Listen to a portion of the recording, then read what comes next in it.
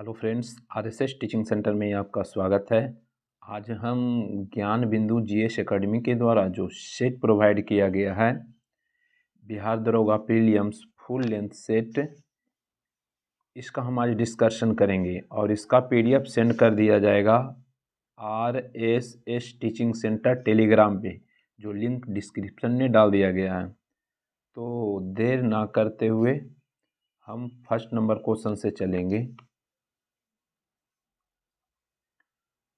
First number question में क्या कर रहा है फायर ऑन द गंगा पुस्तक के लेखक यानी कि पुस्तक किसने लिखी है। तो इसका सही आंसर ऑप्शन नंबर सी हो जाएगा, राधिका अयंगर। इसका सही आंसर राधिका अयंगर। राधिका यानी कि फायर ऑन द गंगा पुस्तक के लेखक कौन है, तो राधिका अयंगर है। और बात करेंगे लाइफ उमंग द डेड इन बनारस के भी लेखक राधिका अयंगर हैं। कहेगा कि लाइफ उमंग द डेड इन बनारस के लेखक भी राधिका अयंगर हैं। बराक ओबामा की हम बात करेंगे, the audacity of hope, the audacity of hope पुस्तक के लेखक भी बराक ओबामा हैं।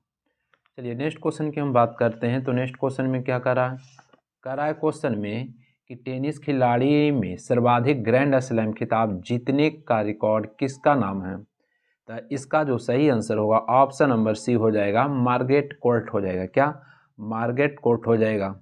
ये टोटल 24 ग्रैंड स्लैम जीते हैं, जबकि सेरेना विलियम्स की हम बात करेंगे तो ये 23 जीते हैं। सेरेना विलियम्स 23 और मार्गरेट कोर्ट की बात करेंगे तो 24 हो जाएगा। मार्गरेट कोर्ट की हम बात करेंगे तो ये कहाँ के हैं, ऑस्ट्रेलिया के हैं। ऑस्ट्रेलिया का है। तो ये 24 हो जाएंगे। नेक्स्ट क्वेश्चन की हम बात करेंगे। तो नेक्स्ट क्वेश्चन क्वेश्चन में कि संयुक्त राज्य अमेरिका में अंतर्राष्ट्रीय महिला साहस पुरस्कार किस भारतीय महिला को प्रथम महिला मिशेल ओबामा द्वारा प्रदान किया गया था। मिशेल ओबामा वही जो बराक ओबामा के पत्नी है, तो इनके द्वारा प्रदान किया गया था। क्या प्रदान किया गया था, इसका सही आंसर लक्ष्मी हो जाएगा। क्या, लक्ष्मी हो जाएगा इसका सही आंसर। नेक्स्ट क्वेश्चन की हम बात करेंगे। तो नेक्स्ट क्वेश्चन क्वेश्चन में कि संयुक्त राष्ट्र द्वारा विश्व विकास सूचना दिवस प्रतिवर्ष किस तिथि को मनाया जाता है। इसका सही आंसर ऑप्शन नंबर 1 हो जाएगा, 24 अक्टूबर को मनाया जाता है, 24 अक्टूबर को। नेक्स्ट क्वेश्चन में क्या कर रहा है क्वेश्चन में हिमाचल प्रदेश की विशिष्ट नृत्य परंपरा कौन सी है। तो इसका सही आंसर नाटी हो जाएगा। नाटी कहाँ का हो जाएगा, हिमाचल प्रदेश का हो जाएगा। जबकि चेराव की हम बात करेंगे तो ये मिजोरम का हो जाएगा, मिजोरम का हो जाएगा चेराव। और बात करेंगे बिहू, तो बिहू असम का हो जाएगा। बिहू कहाँ का हो जाएगा, असम का हो जाएगा। जबकि डांडरी की बात करेंगे, डंडारी की बात करेंगे तो ये हो जाएगा तेलंगाना का हो जाएगा। डांडी की बात करेंगे तेलंगाना का हो जाएगा। तो इसका तो सही आंसर डी होगा। नेक्स्ट क्वेश्चन की हम बात करेंगे। तो क्वेश्चन कह रहा है कि बौद्ध धर्म के प्रसिद्ध अनुयायी शारिपुत्र का जन्म स्थान क्या है। इसका सही आंसर ऑप्शन नंबर 1 हो जाएगा, नालंदा हो जाएगा। कहाँ है, नालंदा हो जाएगा। नेक्स्ट क्वेश्चन कह रहा है क्वेश्चन में कि मगध साम्राज्य की वह राजधानी कौन सी थी जो चारों ओर से पहाड़ी से घिरी हुई थी। तो इसका सही आंसर डी हो जाएगा, राजगीर। क्या, राजगीर है जो पहाड़ी से घिरा हुआ है। नेक्स्ट क्वेश्चन कह रहा है भारत के पहले राष्ट्रपति श्री राजेंद्र प्रसाद को किस नगर पालिका का चेयरमैन निर्वाचित किया गया था। तो इसका सही आंसर पटना हो जाएगा। क्या, पटना हो जाएगा। और पहले राष्ट्रपति भी थे डॉक्टर राजेंद्र प्रसाद, 1950 से 1962 तक। नेक्स्ट क्वेश्चन की बात करेंगे। तो कह रहा है कि बिहार सोशलिस्ट पार्टी के संस्थापक में कौन थे। तो इसका जो सही आंसर होगा ऑप्शन नंबर डी हो जाएगा, फूलन प्रसाद वर्मा हो जाएगा। और इनके साथ जयप्रकाश नारायण भी हो जाएंगे। जयप्रकाश नारायण और फूलन प्रसाद वर्मा। और कहेगा इसका यानी कि बिहार सोशलिस्ट पार्टी की स्थापना कब हुआ, तो 1931 में हो जाएगा। क्या, 1931 में। नेक्स्ट क्वेश्चन की हम बात करेंगे। तो कह रहा है बिहार का कौन सा हवाई अड्डा नेपाल जाने के लिए उपयोग किया जाता है। तो इसका सही आंसर ऑप्शन नंबर बी हो जाएगा, रक्सौल। किसका? रक्सौल का यूज किया जाता है। नेक्स्ट क्वेश्चन कह रहा है भारत रत्न और रैमन मैग्सेसे पुरस्कार यानी कि दोनों प्राप्त करने वाले कर्नाटक संगीतकार कौन थे या थी? तो इसका सही आंसर एस.एस. सुब्बालक्ष्मी हो जाएगा। इसका सही आंसर ऑप्शन नंबर सी हो जाएगा, एस.एस. सुब्बालक्ष्मी इसका सही आंसर हो जाएगा। एस.एस. सुब्बालक्ष्मी ही इसका सही आंसर हो जाएगा। अब इनको भारत रत्न की बात करेंगे तो 1998 में दिया गया था, और जबकि रैमन मैग्सेसे पुरस्कार की बात करेंगे तो 1974 में दिया गया था। नेक्स्ट क्वेश्चन की हम बात करेंगे तो नेक्स्ट क्वेश्चन करा है क्वेश्चन में कि विश्व का पहला उपग्रह जो ग्रीन हाउस गैसों की निगरानी के लिए भेजा गया था किस देश के द्वारा लॉन्च किया गया था? तो इसका सही आंसर जापान हो जाएगा। क्या? जापान इसका सही आंसर हो जाएगा। नेक्स्ट क्वेश्चन कह रहा है कौन व्यक्ति आनंद यानी कि आनंद वन की स्थापना के लिए प्रसिद्ध है, जो लेप्रेसी यानी कि कुष्ठ रोग के पीड़ितों के लिए एक यानी कि आश्रय स्थल था? तो इसका सही आंसर ऑप्शन नंबर सी हो जाएगा, बाबा आमटे। क्या? बाबा आमटे बिल्कुल सही है।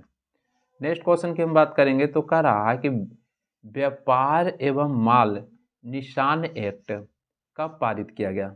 इसका सही आंसर ऑप्शन नंबर डी, 1958 में। नेक्स्ट क्वेश्चन कह रहा है निम्नलिखित में से किस देश को मेगा डाइवर्स देश के रूप में जाना जाता है, जिसका अर्थ होता है जैव विविधता में यानी कि अधिक समृद्धि? तो इसका सही आंसर ऑप्शन नंबर बी हो जाएगा, ऑस्ट्रेलिया हो जाएगा। ऑस्ट्रेलिया को प्यासी भूमियों का देश भी कहा जाता है। नेक्स्ट क्वेश्चन कह रहा है कि येलोस्टोन नेशनल पार्क किस देश में स्थित है? तो इसका सही आंसर ऑप्शन नंबर डी हो जाएगा, यूएसए में है, यूएसए। नेक्स्ट क्वेश्चन कह रहा है मनुष्य का कान किस आवृत्ति के रेंज में सबसे अधिक संवेदनशील होता है?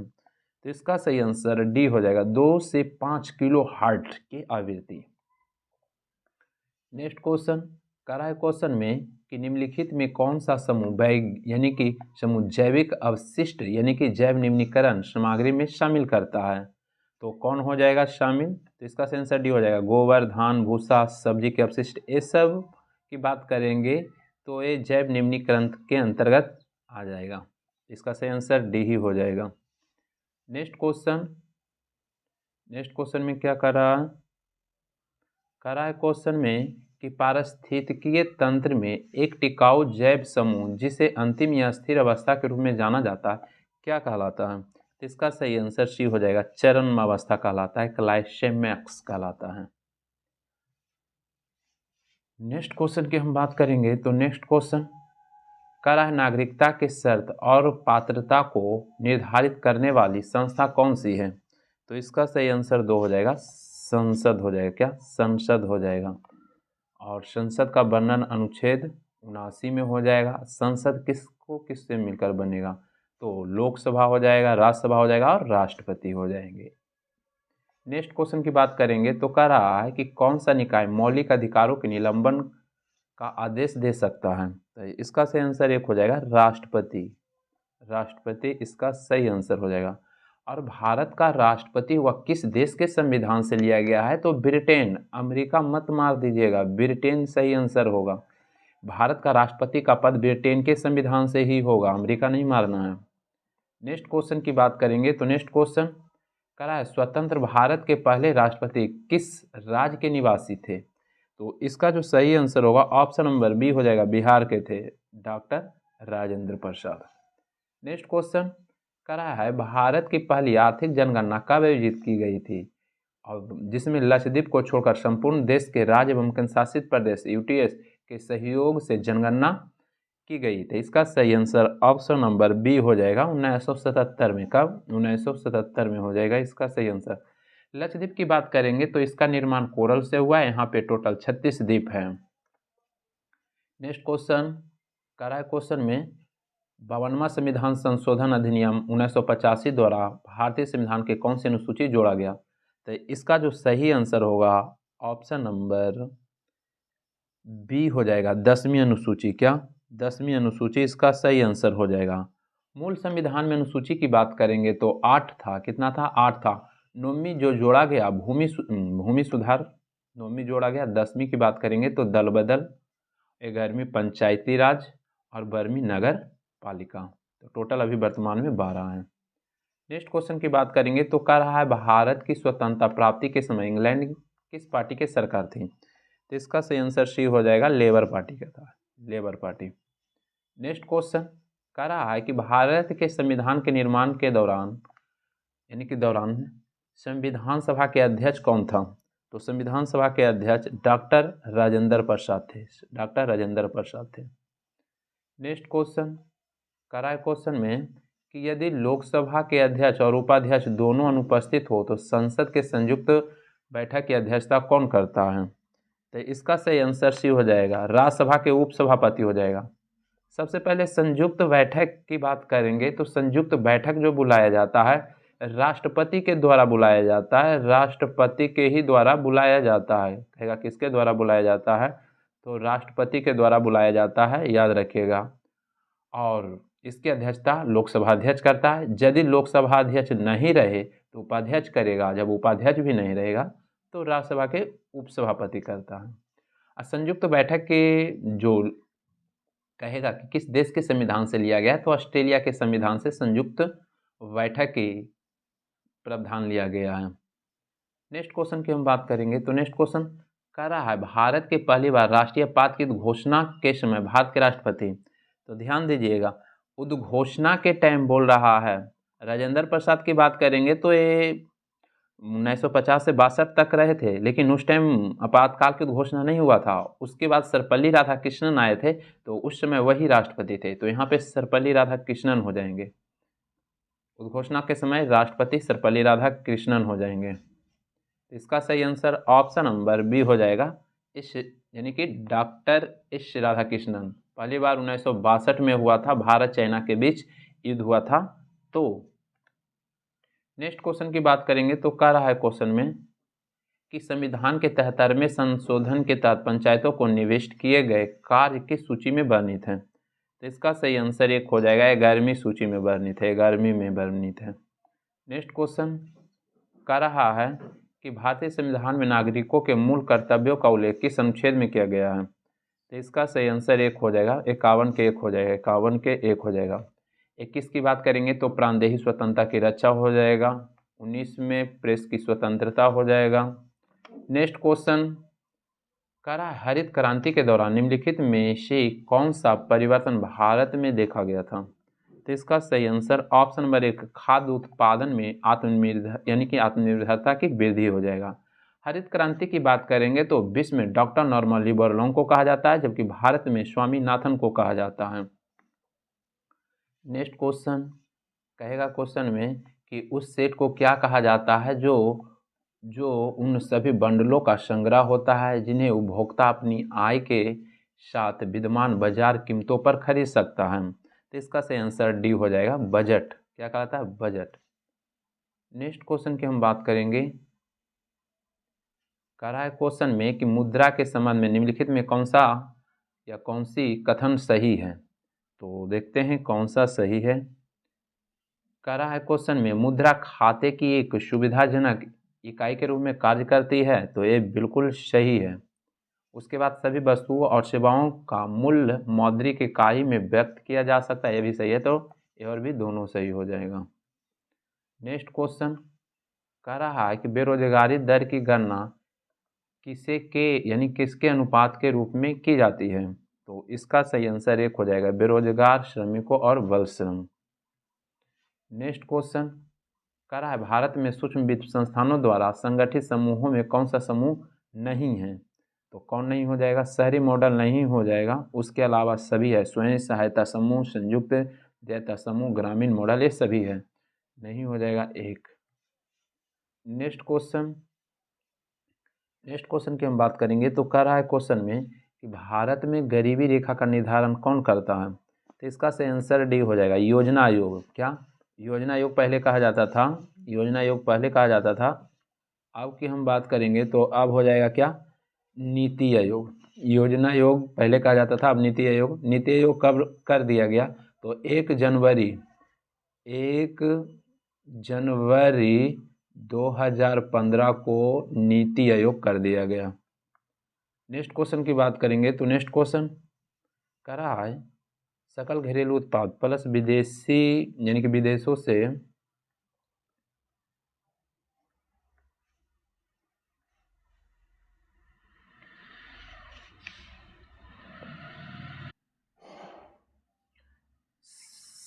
सकल घरेलू उत्पाद प्लस विदेशों से प्राप्त निबल कारक आय, तो इसका सही हो जाएगा सकल राष्ट्रीय उत्पाद हो जाएगा, सकल राष्ट्रीय उत्पाद। नेक्स्ट क्वेश्चन कह रहा है तारे मुख्यतः किससे बने होते हैं, तो इसका सही आंसर सी हो जाएगा हाइड्रोजन और हीलियम। हाइड्रोजन और हीलियम जिसमें सबसे ज़्यादा हाइड्रोजन होता है। जैसे में सूर्य की बात करेंगे तो उसमें 71% हाइड्रोजन है और 26.5% हीलियम है। नेक्स्ट क्वेश्चन की हम बात करेंगे तो नेक्स्ट क्वेश्चन कह रहा है कि भारत में रबी फसलें किस अवधि में वो उगाई जाती है, तो इसका सही आंसर ऑप्शन नंबर डी अक्टूबर से मार्च हो जाएगा। रबी की बात करेंगे तो रबी में गेहूं आ जाएगा, गेहूं के टाइम में जो भी गेहूं हो जाएगा, फिर दलहन हो जाएगा, सर ये सभी रबी के अंतर्गत आ जाएगा। तो इसका सही आंसर डी खरीफ में धान आ जाएगा। कह रहा है भारत का सबसे लंबा रेलवे प्लेटफॉर्म किस रेलवे स्टेशन पे स्थित है, तो देखिए यहाँ पे ऑप्शन के अनुसार बात करेंगे तो यहाँ पे गोरखपुर हो जाएगा, जबकि भारत का सबसे लंबा प्लेटफॉर्म की अभी वर्तमान में बात करेंगे तो हुबली रेलवे स्टेशन पे, जिसका नाम श्री सिधारुधा के नाम से जाना जाता है, श्री सिधारुधा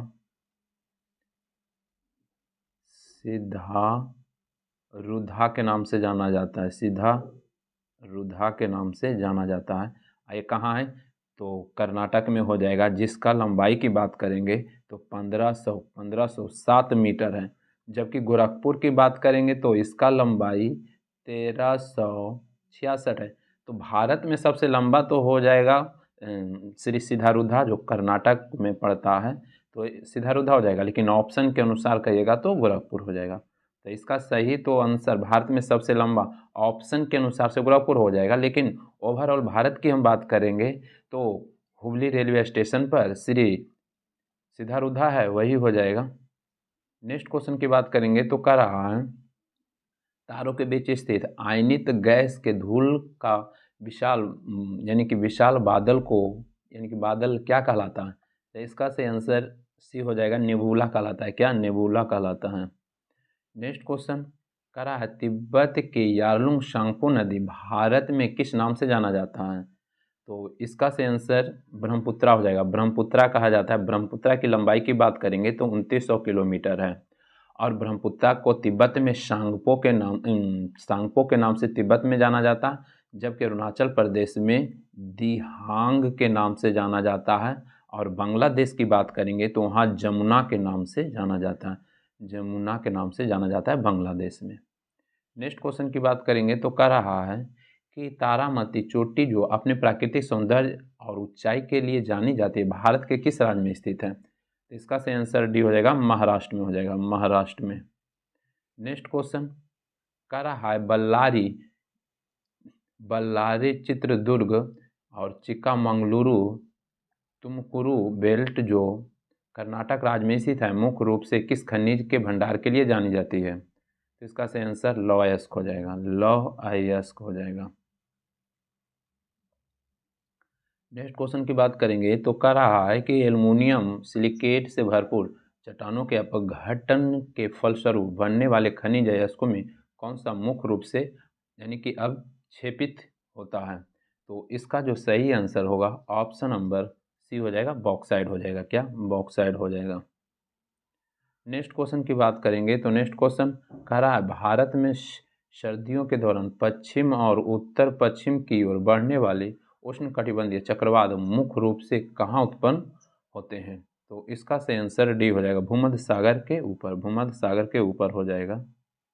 नेक्स्ट क्वेश्चन कह रहा है क्वेश्चन में कि प्रायद्वीपीय भारत की नदियों में कौन सी नदी पूरे वर्ष बारहमासी जल प्रवाह बनाए रखती है, तो इसका सही आंसर भी हो जाएगा कावेरी नदी। क्या कावेरी नदी हो जाएगा। प्रायद्वीपीय भारत की बात कर रहा है। अब प्रायद्वीपीय भारत में सबसे लंबी नदी की बात करेंगे तो गोदावरी हो जाएगा और सबसे दक्षिण में यानी कि साउथ में हो जाता है कावेरी। नेक्स्ट क्वेश्चन की बात करेंगे तो कह रहा है फरक्का बैराज का निर्माण के संदर्भ में निम्नलिखित में कौन सा उद्देश्य इसका प्राथमिक उद्देश्य नहीं था। तो प्राथमिक उद्देश्य नहीं था बांग्लादेश को यानी कि बांग्लादेश को बहकर जाने वाली पानी को रोकना, ये यानी कि मुख्य उद्देश्य नहीं है। मुख्य उद्देश्य की बात करेंगे तो कोलकाता बंदरगाह पर गाद जमाव यानी कि जमाव पर रोक लगाना, ये सही है। कोलकाता बंदरगाह का कटाव को रोकना, ये भी सही है। गंगा नदी में जहाज़ों को आवाजाही को सुगम बनाना, ये भी सही है। सही नहीं हो जाएगा एक। नेक्स्ट क्वेश्चन की बात करेंगे तो कह रहा है कि उदयपुर के जवार खाने किस खनिज के लिए जानी जाती है। तो इसका सही आंसर चाहिए जस्ता हो जाएगा। जवार के खान जस्ता, सीसा और जस्ता जवार के खान से ही राजस्थान से निकाला जाता है। नेक्स्ट क्वेश्चन की हम बात करेंगे तो नेक्स्ट क्वेश्चन में क्या कर रहा है, कह रहा है क्वेश्चन में कि तराई क्षेत्र की बस्तियां संहता संघनन होती है, तो गलत दिया हुआ है। और इसका कारण है कि क्षेत्र में वर्षा ऋतु के दौरान नियमित रूप से जल यानी कि प्लावन होता है, ये बिल्कुल सही दिया हुआ है। कराए कथन और कारण सही मूल्यांकन कीजिए। तो यहाँ पे इसका सही आंसर डी हो जाएगा। ये गलत परंतु वार सही हो जाएगा। नेक्स्ट क्वेश्चन की हम बात करेंगे तो नेक्स्ट क्वेश्चन कह रहा है कि भारत में कौन सी पंचवर्षीय योजना पूरी तरह से विफल रही। तो इसका जो सही आंसर होगा ऑप्शन नंबर बी हो जाएगा, तीसरी पंचवर्षीय योजना। तीसरी पंचवर्षीय योजना विफल रही। पहली पंचवर्षीय योजना 1951 से 56 तक चला था। दूसरी की बात करेंगे तो 56 से 61 चला था। तीसरी की बात करेंगे तो 1961 से 66 और इसी टाइम में टोटल काम हुआ है 1961 से 66। भारत चाइना के बीच युद्ध भी हुआ था तीसरी पंचवर्षीय योजना के दौरान। सूखा भी पड़ा था तीसरी पंचवर्षीय योजना के दौरान। तो इसी के टाइम में विफल रहा था, तीसरी पंचवर्षीय योजना हो जाएगा। नेक्स्ट क्वेश्चन की हम बात करेंगे तो नेक्स्ट क्वेश्चन कह रहा है मेगास्थनीज के अनुसार पाटलिपुत्र शहर में 570 मीनारे और कितने द्वार थे। तो इसका सही आंसर 64 हो जाएगा, 64। नेक्स्ट क्वेश्चन कह रहा है कि द्वितीय एंग्लो बर्मा युद्ध किस वर्ष लड़ा गया। तो इसका सही आंसर ऑप्शन नंबर डी हो जाएगा, 1852-53 हो जाएगा, 1852-53। जबकि प्रथम आंग्लो बर्मा की बात करेंगे तो 1824 से 26 लड़ा गया था और यांडबू के संधि के द्वारा समाप्त किया गया था। नेक्स्ट क्वेश्चन की हम बात करेंगे तो नेक्स्ट क्वेश्चन कह रहा है क्वेश्चन में कि 14वीं शताब्दी के दौरान भारत में किसने सोने व चांदी के मुद्राओं के स्थान पर सस्ती मुद्राओं यानी कि धातुओं से निर्मित सांकेतिक मुद्रा का उपयोग शुरू किया था। तो इसका सही answer option number B, Mohammad bin Tughlaq. Mohammad bin Tughlaq की बात करेंगे तो दिल्ली सल्तनत में सबसे ज़्यादा पढ़ा लिखा इंसान था, लेकिन जो भी योजना बनाता था सभी फ्लॉप कर जाता था। जैसे में सांकेतिक मुद्रा चलाया वो भी फ्लॉप कर गया था, दोआब में कर बनाया था बढ़ाया था वो भी फ्लॉप कर गया, उसके बाद राजधानी दिल्ली से दौलताबाद स्थानांतरित किया था वो भी फ्लॉप कर गया था। नेक्स्ट क्वेश्चन की बात करेंगे तो नेक्स्ट क्वेश्चन कह रहा है कि किस पुर्तगाली यानी कि अन्वेषक ने 1498 में यूरोप से भारत के लिए एक नया समुद्री मार्ग का खोज किया। तो इसका आंसर वास्को डी गामा हो जाएगा। नेक्स्ट क्वेश्चन कह रहा है साइमन कमीशन में भारतीय प्रतिनिधि की संख्या क्या थी। साइमन कमीशन की हम बात करेंगे तो साइमन कमीशन में एक भी भारतीय नहीं थे, तो इसमें शून्य हो जाएगा। टोटल साइमन कमीशन की बात करेंगे तो इसमें 7 सदस्य थे और 7 अंग्रेज थे, इसीलिए साइमन गो बाय का नारा लगा था। तो इसका आंसर डी हो जाएगा, शून्य। बात करेंगे साइमन कमीशन का गठन कब हुआ था, तो याद रखिएगा बार बार पूछा जाता है स्मॉल डेट के साथ। 8 नवंबर 1927 में गठन हुआ था लंदन में। उसके बाद भारत आया था 3 फरवरी 1928 को भारत आया था। और रिपोर्ट की बात करेंगे तो 1930 में रिपोर्ट दिया था। तो ये तीनों डेट जरूर याद रखिएगा। नेक्स्ट क्वेश्चन की बात करेंगे तो कह रहा है भारत छोड़ो आंदोलन 1942 के दौरान ग्वालियर टैंक मैदान बम्बे में भारतीय राष्ट्रीय ध्वज फहराने के लिए किसे याद किया जाता है। तो इसका आंसर सी हो जाएगा, अरुणा आसफ अली हो जाएगा। क्या, अरुणा आसफ अली। जबकि भारत के बाहर जो ध्वज फहराए थे स्टुअर्टगार्ड, जर्मनी के स्टुअर्टगार्ड में मैडम भिखाजी कामा। नेक्स्ट क्वेश्चन की बात करेंगे तो कह रहा है कि चटगांव शस्त्रागार छपे 1930 से जुड़ा हुआ व्यक्ति कौन था। तो इसका जो सही आंसर हो जाएगा ऑप्शन नंबर डी हो जाएगा, ऑप्शन नंबर डी हो जाएगा, यानी कि अर्धेधुत दस्तीदार हो जाएगा ऑप्शन के अनुसार।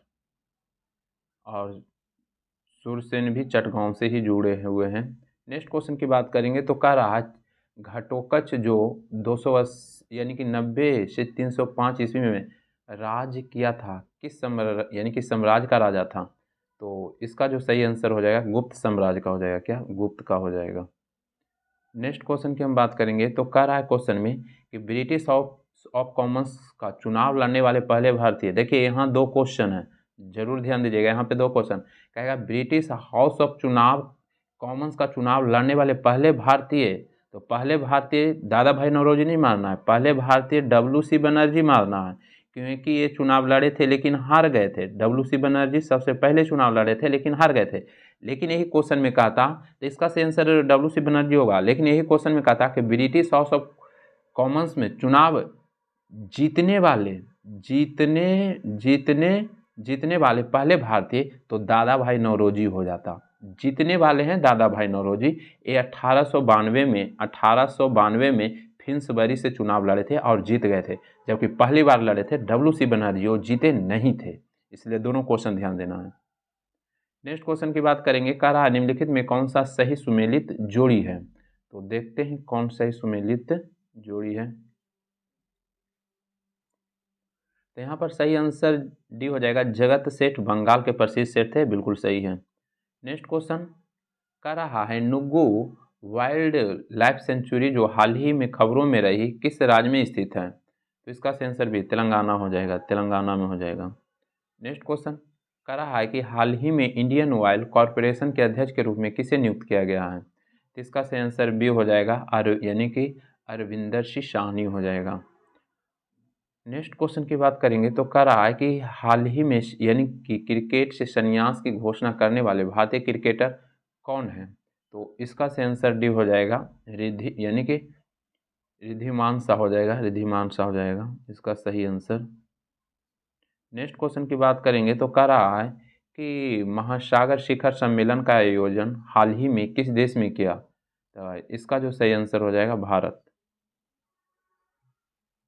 नेक्स्ट क्वेश्चन कह रहा है क्वेश्चन में कि हाल ही में आयोजित अंतर्राष्ट्रीय पर्यटक मार्ट कहाँ हुआ था। तो इसका सही आंसर भी हो जाएगा Kaziranga national park. Kaziranga national park कहाँ है? काजीरंगा असम में है, असम में है। एक सिंग वाला गैंडा के लिए प्रसिद्ध कौन है? Kaziranga national park. तडोबा की बात करेंगे तो ये महाराष्ट्र में हो जाएगा, महाराष्ट्र में हो जाएगा। और कार्बेट नेशनल की बात करेंगे तो जिम कार्बेट उत्तराखंड में हो जाएगा और कन्हा किसली मध्य प्रदेश में हो जाएगा। नेक्स्ट क्वेश्चन की बात करेंगे तो कह रहा है कि 2024 में महिला बैलन डी'ओर अवार्ड जीतने वाली महिला फुटबॉलर कौन है। तो इसका सही आंसर सी हो जाएगा, एटाना बोनमती हो जाएगा, एटाना बोनमती। नेक्स्ट क्वेश्चन कह रहा है क्वेश्चन में कि भारत के अगले मुख्य न्यायाधीश के रूप में किनका नाम की सिफारिश किया गया है। तो ये 51 नंबर के मुख्य न्यायाधीश बन चुके हैं जस्टिस संजीव खन्ना। 50वें नंबर के इससे पहले थे DY चंद्रचूड़, अब हो गए हैं justice Sanjeev Khanna.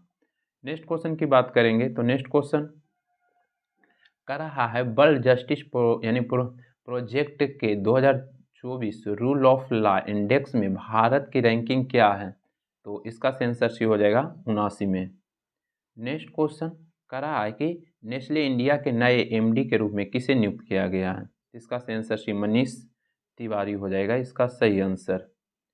Next question की बात करेंगे तो नेक्स्ट क्वेश्चन कह रहा है आयोडीन की कमी के कारण होने वाला रोग कौन सा है।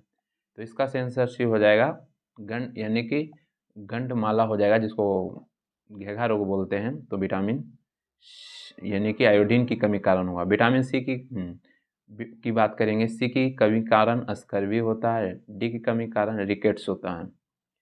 नेक्स्ट क्वेश्चन की बात करेंगे तो कह रहा है मानव में पित्त का स्राव कहाँ होता है। तब पित्त का स्राव यकृत में होता है। कहाँ होता है? यकृत में। जबकि जमा की बात करेगा तो पित्ताशय में होता है। जमा कहाँ हो जाएगा? पित्ताशय, जिसको हम गोल ब्लडर कहेंगे, पित्ताशय में जमा होगा।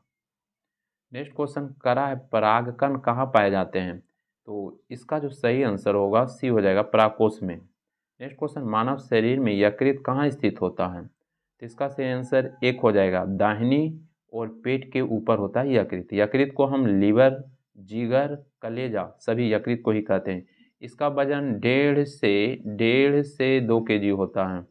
और सबसे अधिक कोशिका वृद्धि करने की बात करेंगे तो यकृत का ही होता है।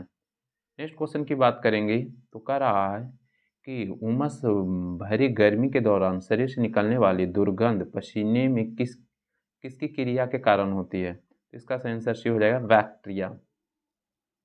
नेक्स्ट क्वेश्चन कह रहा है कि शासकीय आंकड़ों के अनुसार भारत में अंधापन का यानी कि सर्वप्रमुख कारण क्या है? तो इसका सही आंसर सी हो जाएगा, मोतियाबिंद हो जाएगा, मोतियाबिंद। नेक्स्ट क्वेश्चन कह रहा है एल्कोहल के यानी कि एल्कोहल के निराविशन के लिए निम्नलिखित में कौन सा मानव अंग उत्तरदायी है? तो इसका सही आंसर एक हो जाएगा, यकृत। कोई भी टॉक्सिन या विष कोई इंसान पी लेता है तो वो जमा भी हो जाता है यकृत में। थोड़ा बहुत रहता है तो यकृत चूषण कर लेता है, लेकिन ज़्यादा होता है तो प्रॉब्लम हो जाता है। नेक्स्ट क्वेश्चन की बात करेंगे तो कह रहा है मानव शरीर में ऑक्सीजन का अभिगम किस क्रम में होता है? तो पहले फुफ्फुस के द्वारा, उसके बाद रक्त के द्वारा और उसके बाद ऊतक के द्वारा। तो यहाँ पर सही आंसर सी हो जाएगा, सी हो जाएगा। नेक्स्ट क्वेश्चन की बात करेंगे तो कह रहा है कि सेल्सियस और फ़ारेनहाइट स्केलों पर किस तापमान पर एक समान पठन दर्शाया जाएगा? तो इसका सही आंसर सी हो जाएगा, -40 डिग्री, -40 डिग्री हो जाएगा। नेक्स्ट क्वेश्चन कह रहा है पहाड़ से गिर रहे किसी पिंड में कौन सी ऊर्जा होती है? तो इसका सही आंसर गतिज और स्थितिज दोनों हो जाएगा। पहाड़ से गिर रहे किसी पिंड में कौन सी ऊर्जा होती है? तो यानी कि गतिज और स्थितिज दोनों हो जाएगा। या तो उड़ता हुआ हवाई जहाज भी रहेगा या पंछी रहेगा, उसमें दोनों होता है। नेक्स्ट क्वेश्चन की बात करेंगे तो नेक्स्ट क्वेश्चन कह रहा है क्वेश्चन में 1928 में किसने यह खोजा कि जब रंगीन प्रकाश की किरण किसी द्रव में प्रवेश करती है तो उस द्रव द्वारा प्रकीर्णित प्रकाश एक अंश भिन्न रंग का होता है? तो इसका सही आंसर भी होगा CV Raman, CV Raman. Next question कह रहा है कि जब बल विस्थापन के बीच कोण खाली स्थान होता है तो कार्य का मान ऋणात्मक होता है। तो 180 रहेगा तो ऋणात्मक होगा इस रूप में। नेक्स्ट क्वेश्चन कह रहा है क्वेश्चन में कि जब उद्दीप यानी कि जब ताप दीप्त विद्युत बल्ब दीप्तिमान होता है तब विद्युत ऊर्जा किस रूप में परिवर्तन होता है? तो इसका सही आंसर भी हो जाएगा, विद्युत ऊर्जा आंशिक रूप से प्रकाश ऊर्जा और आंशिक ऊर्जा से ताप ऊर्जा में परिवर्तित होता है। नेक्स्ट क्वेश्चन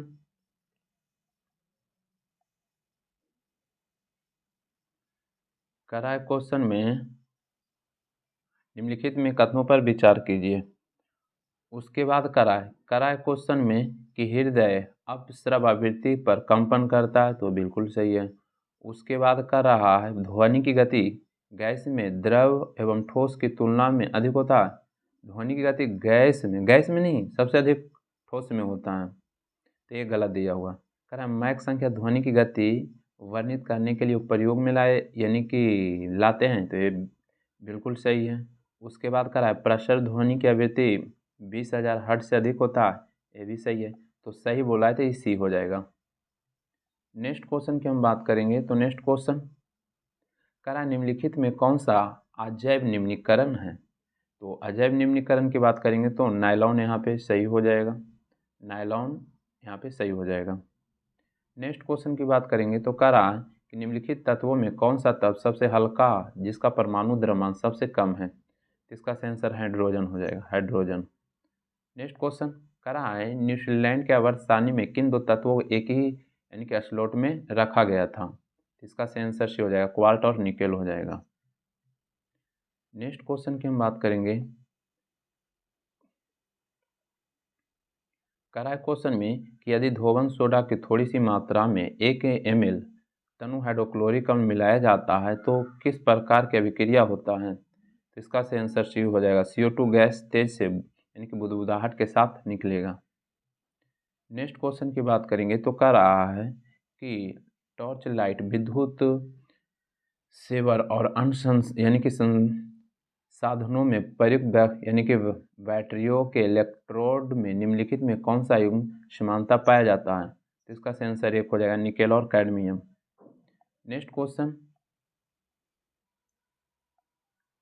नेक्स्ट क्वेश्चन की हम बात करेंगे तो कर आए क्वेश्चन में मिलान करना है, तो मिलान करना है BF यानी कि BF5, तो ये मिलान हो जाएगा टेट्राहेड्रल से हो जाएगा।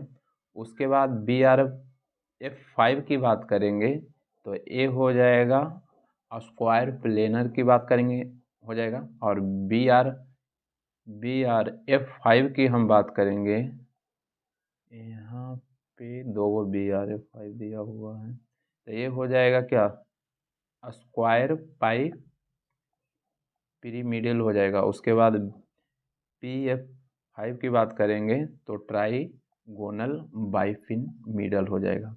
तो इसका जो सही आंसर हो जाएगा ऑप्शन नंबर, यहाँ पर तो दिख नहीं रहा है, बी हो जाएगा, बी हो जाएगा। नेक्स्ट क्वेश्चन की बात करेंगे तो यहाँ पे कुछ मैथ है, इसका टिक ऑफ कर लेते हैं। 91 का सही आंसर ऑप्शन नंबर 1 हो जाएगा, निकालिएगा तो। उसके बाद 92 की हम बात करेंगे तो 92 का सही आंसर ऑप्शन नंबर बी हो जाएगा। 93 की बात करेंगे तो इसका सही आंसर ऑप्शन नंबर 1 हो जाएगा।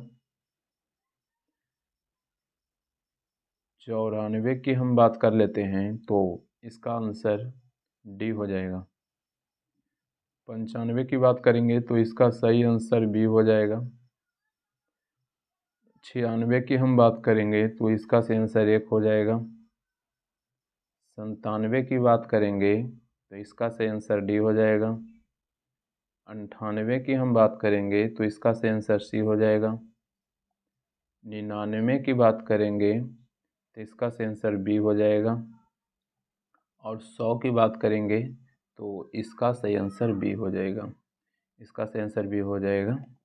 तो देखिए थोड़ा सा हम मैथ इसलिए नहीं करा पाते हैं क्योंकि वीडियो बहुत बड़ा हो जाएगा, जबकि ये सब क्वेश्चन ज़्यादा भारी नहीं है। जैसे मैं यहाँ पर दिया हुआ है बिना एक बस बिना रुके 54 किलोमीटर प्रति घंटा से चलती है। ठहराव की वजह से उसकी औसत गति घट के 45 किलोमीटर हो जाती है। बस हर घंटे कितने मिनट के रुकती है? सिंपल है, कुछ नहीं करना है।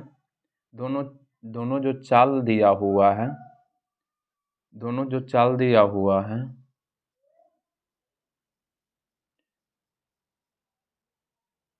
दोनों में कितना अंतर हो जाएगा? रुकिए हम कैलकुलेशन करते हैं। यहाँ पे कुछ नहीं करना है, देखना है कि यहाँ बिना रुके हुए, यहाँ पे रुका हुआ उसका गति, दोनों का अंतर ले लेंगे। दोनों का अंतर ले लेंगे तो कितना हो जाएगा? दोनों का अंतर यानी घटाइएगा तो 9 हो जाएगा।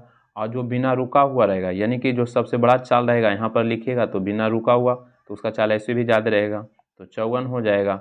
और उसके बाद हर घंटे कितने मिनट? तो 60 से गुना कर लीजिएगा, आंसर आ जाएगा। 9 पच्चीस 9 छः का 54, 6 से काटिएगा 10 मिनट। कुछ नहीं करना है, दोनों चालों के अंतर ले लेना है तो 9 आ जाएगा। उसके बाद जो बड़ा चाल रहेगा यानी कि बिना रुका हुआ उसको नीचे रखना है, मल्टीप्लाई स्टार्ट कर दीजिएगा, आंसर आ जाएगा।